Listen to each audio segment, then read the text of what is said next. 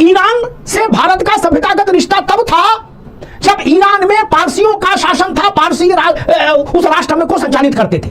मुझे तो ये लग रहा है कि सबसे पहले सरकार की दलाली आपके जैसे एंकर लोग करते हैं जी। मुझे तो ऐसा लग रहा है जी। आज आप मुद्दों से भटक करके कहीं ना कहीं सरकार के पक्ष में आप सवाल कर रहे हैं। क्यों सर? मुन्ना खान, गलत बोलोगे तो हम घर तक छोड़ के आते हैं। आप जानते हो हम भी घर तक छोड़ के आते हैं, बीच में नहीं छोड़ते। हम लोग भी कब्रिस्तान छोड़ के आते हैं। अभी तो गेम बचाना पड़ेगा। तो कब्रिस्तान हम लोग, हमारे यहाँ तो अग्निकांड है, अंतिम संस्कार है, उसमें ना पड़ो चक्कर में। कांग्रेस का जो मुस्लिम वोट है वो बेकार हो जाएगा अगर उसने ईरान का सपोर्ट नहीं किया। आज आपके जैसे पत्रकार सरकार को कवर दे रहे हैं। अगर आप चाहे तो सरकार की पकड़गिरी हो जाए, लेकिन आप चाहोगे नहीं, दलाली आपको करनी है। ये खामेनी ने कहा कि अगर दुनिया भर के मुसलमान एक हो जाए तो यहूदी फलस्तीन छोड़ देंगे और हिंदू कश्मीर छोड़ देंगे। देने पर तो मुकदमा हो जाएगा, और मुकदमा हो जाएगा तो जेल हो जाएगी। एक थाली, एक कंबल और एक लोटा मिलेगा फिर गेट पर।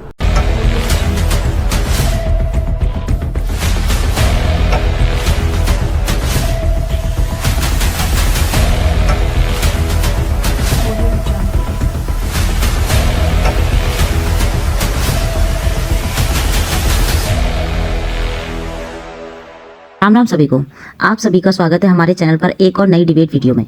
दोस्तों, आज की डिबेट होने वाली है वरिष्ठ पत्रकार अमिताभ अग्निहोत्री और कांग्रेस प्रवक्ता मुन्ना खान के बीच। इस डिबेट में माहौल उस समय गर्म हो गया जब कांग्रेस के प्रवक्ता ने बहस के दौरान अमिताभ अग्निहोत्री जी के साथ बदतमीजी शुरू कर दी और उन्हें सरकार का दलाल तक कह दिया। लेकिन दोस्तों, उसके बाद अमिताभ अग्निहोत्री जी ने जिस तरह से जवाब दिया, उसे देखकर स्टूडियो का माहौल ही बदल गया। उनकी बातों से सामने वाले को पूरी तरीके से चुप करा दिया। वीडियो में आपको पूरी बहस देखने को मिलेगी, इसलिए दोस्तों वीडियो को अंत तक जरूर देखना, क्योंकि आगे आपको पूरी बहस और असली जवाब देखने को मिलेगा। और अगर आप हमारे चैनल पर पहली बार आए हैं, चैनल को सब्सक्राइब जरूर कर ले। चलिए दोस्तों, अब शुरू करते हैं आज की डिबेट। तो करना, परेशान हो गए हम लोग 2.5 साल से, ये भी परेशान हो गए, हम भी परेशान हो गए, करो फिर। ये भी बड़ा फर्जी प्रचार चल रहा है कि एक तो व्हाट्सएप ने भी निरख कर रखा है, लेकिन फर्जी प्रचार एक ये भी नैरेटिव चल रहा है कि भारत और ईरान के हजारों साल के सभ्यतागत पीढ़ीगत रिश्ते हैं। ना जी, कोई रिश्ता नहीं। कौन कह रहा? भांग खाए हो क्या यार होली में? किस मूर्ख ने कहा कि ईरान के साथ भारत का सभ्यतागत रिश्ता है जो ईरान आज है? ईरान से भारत का सभ्यतागत रिश्ता तब था जब ईरान में पारसियों का शासन था। पारसी उस राष्ट्र में को संचालित करते थे। फिर एक दुर्दिन ऐसा आया कि 4000 मुसलमान वहां आए, सिर्फ 4000। उनको पारसियों ने गलती ये की, शरण दे दी। शरण देने के बाद 100 साल के भीतर फारस खत्म हो गया, पारसी भगा दिए गए, मारपीट के जिबह कर दिए गए, और फिर वहां मुल्ला शासन आ गया। वो लोग मुल्ला शासन बोलते हैं उसको। उनके साथ भारत का कोई रिश्ता नहीं ना सभ्यतागत। किसने कह दिया?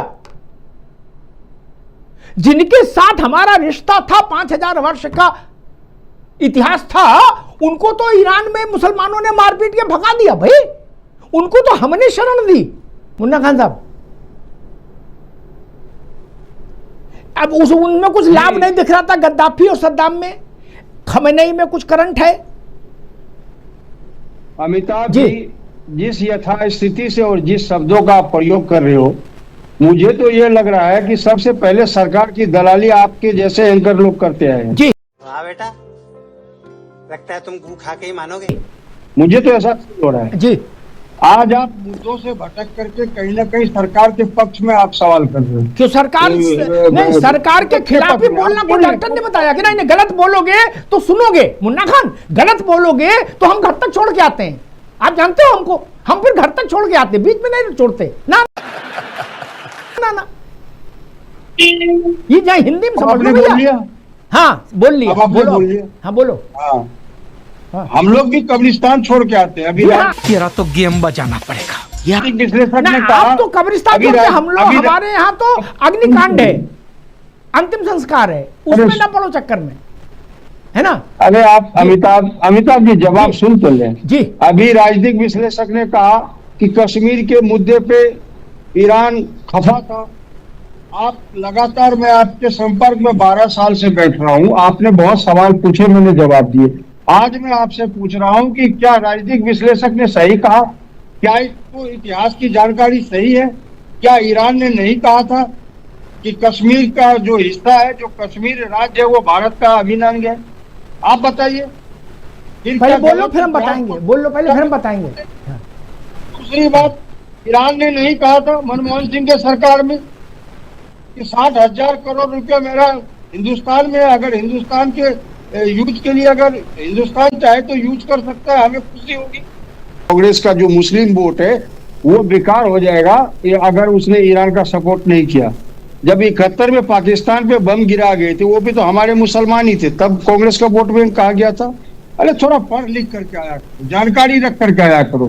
ये बेवकूफाना सवाल हिंदू मुसलमान पे बात हो रही है, बोलना ठीक नहीं है। थोड़ी पढ़ाई कर लो, और ये गोबर वाली दिमाग है ना, इसे हटा करके आया करो। आप चाहते क्या हो? समझदारी की बात, आप चाहते क्या हो? समझदारी की इस्लाम बात, की लड़ाई भारत हिंदू लड़े, मुसलमान की जिहाद बात की लड़ाई भारत लड़े, इस्लामिक कट्टरपंथ की लड़ाई भारत लड़े, भारत उस देश का समर्थन करे जो जिहादियों के साथ खड़ा रहता है। आप क्या चाहते हैं? पढ़ लिख करके आया करो। समर्थन करने इस वालों के तरीके साथ से खड़ा हो जाए। आप क्या नहीं चाहते हैं कि भारत आप हुती का बात समर्थन देश के करने साथ वालों की के है। साथ खड़ा हो आज जाए? अय्याज आप क्या नरेंद्र चाहते हैं मोदी, कि भारत बकलोल हिजबुल्लाह को नरेंद्र सपोर्ट मोदी देने को छिपाने वालों की के साथ खड़ा हो जाए? बिल्कुल नहीं होगा। भारत की स्पष्ट नीति है कि आतंकवादियों को जो भी सपोर्ट करता है उसके साथ खड़े नहीं होंगे, और आतंकवाद किसी भी रूप में हो बुरी है। न हम तो हुती को सपोर्ट कर सकते हैं, न हमास को सपोर्ट कर सकते हैं, न हिजबुल्लाह को कर सकते हैं, न उनको साथ देने वाले को कर सकते जवाब दो ना। हैं। और हमने बयान दे दिया है जवाब दो।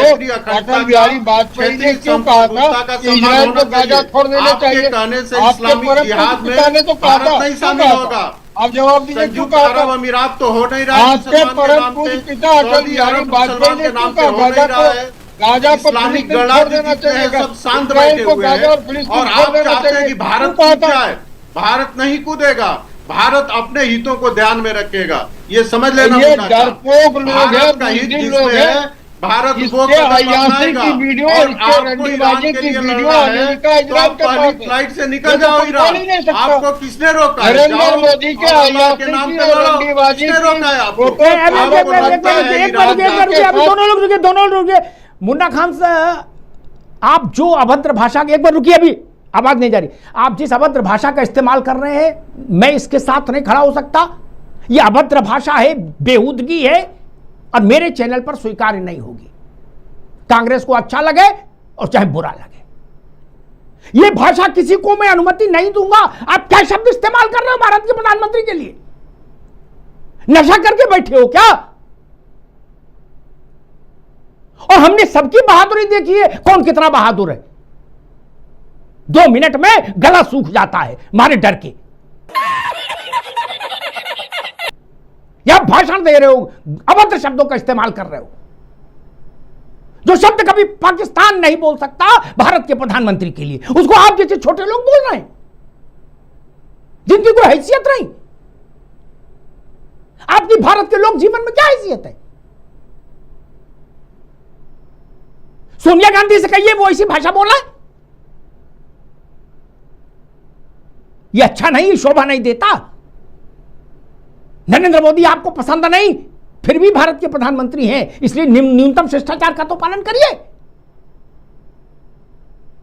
ऐसे ऐसे लोग कांग्रेस ने भर्ती कर लिए, इसीलिए रसातल में पहुंच गई नेहरू की पार्टी। जिनको वाणी पर संयम नहीं। कौन सी बाजी बोल रहे हो? शाम को पुलिस कुंडी खटखटा देगी ना तो गला सूख जाएगा। मित्र, मैंने तमाम बहादुरों का गला सूखते देखा है। मैं नाम नहीं लूंगा, नहीं तो धर्मेंद्र सिंह जी की पार्टी भी शर्मसार हो जाएगी।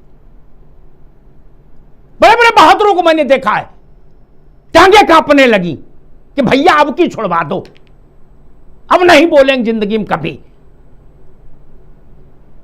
हमने कहा भद्रता क्यों करते हो? बोले ना अब की बख्शवा दो, बस अब नहीं बोलेंगे। कान पकड़ लिए। माए आई, माए भीख मांगने बच्चे की प्राण रक्षा के लिए। सास आई धर्मेंद्र बाबू, घुटनों के बल बैठ गई धोती फैला के कि जान बख्श दो।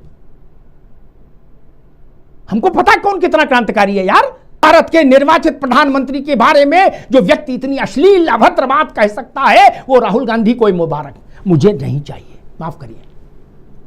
राहुल गांधी, प्रियंका गांधी, सोनिया गांधी, मल्लिकार्जुन खड़गे को मुबारक और इंडिया अलायंस को मुबारक, मुझे नहीं मुबारक।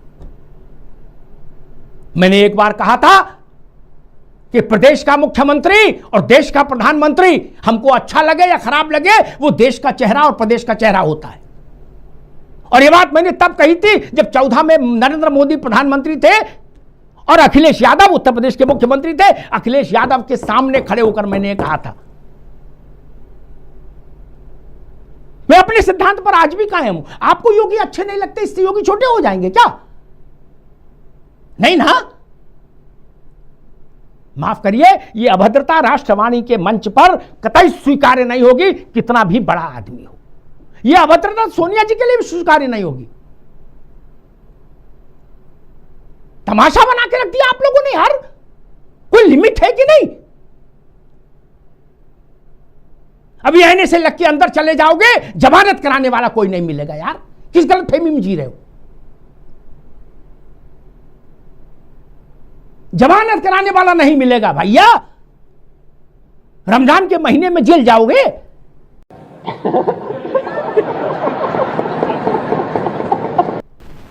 आज आपके जैसे पत्रकार सरकार को कवर दे रहे। अगर आप चाहे तो सरकार की पतलून गीली हो जाए, लेकिन आप चाहोगे नहीं।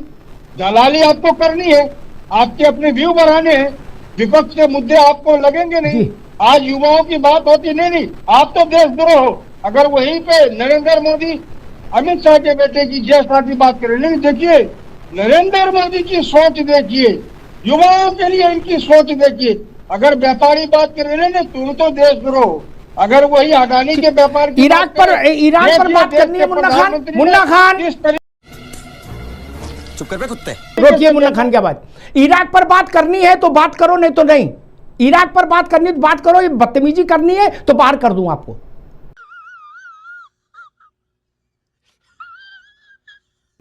समझ गए?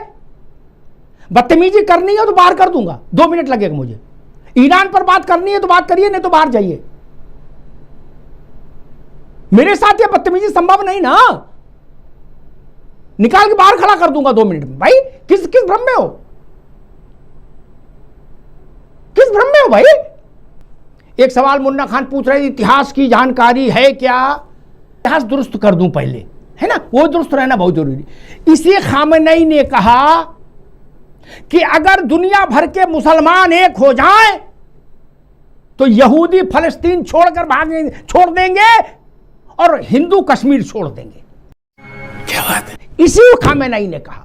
एक बात मैं कहूंगा मुन्ना खान जी जैसे लोगों को कि भाषा पर संयम रखिए, ने किसी दिन बहुत नुकसान उठाएंगे, बहुत नुकसान हो जाएगा। राजनीति में कौन किसकी मदद करता है धर्मेंद्र जी जानते हैं? छूट के आने के बाद नेता आपसे मिलने उतने बहुत है, छूटना तो खुद ही पड़ता है। संकट हो जाएगा मित्र। अभी अरविंद सिंह जी जाके कनॉट प्लेस में मुकदमा लिखा दें थाने में कि आपने प्रधानमंत्री के लिए इतनी गलीज बात कही है, तो अरविंद सिंह भी चमक जाएंगे पूरे देश में और रात होते होते आप वहां पहुंच जाएंगे जहां नहीं पहुंचना चाहिए। इसमें तो कोई दो राय है ही नहीं। आप सार्वजनिक मंच पर, एक ब्रॉडकास्टिंग मंच पर भारत के निर्वाचित प्रधानमंत्री के बारे में इतनी गंदी टिप्पणी, आप राजनीतिक टिप्पणी करिए। गाली देने की आजादी नहीं, क्योंकि गाली देने पर तो मुकदमा हो जाएगा और मुकदमा हो जाएगा तो जेल हो जाएगी। एक थाली, एक कंबल और एक लोटा मिलेगा फिर गेट पर। दोस्तों आपने देखा इस डिबेट में क्या हुआ और किस तरह से बहस का माहौल पूरी तरीके से बदल गया। अब आप हमें कमेंट में ज़रूर बताइए कि इस डिबेट में आपकी राय किसके पक्ष में है और आप किसकी बात से सबसे ज़्यादा सहमत हैं।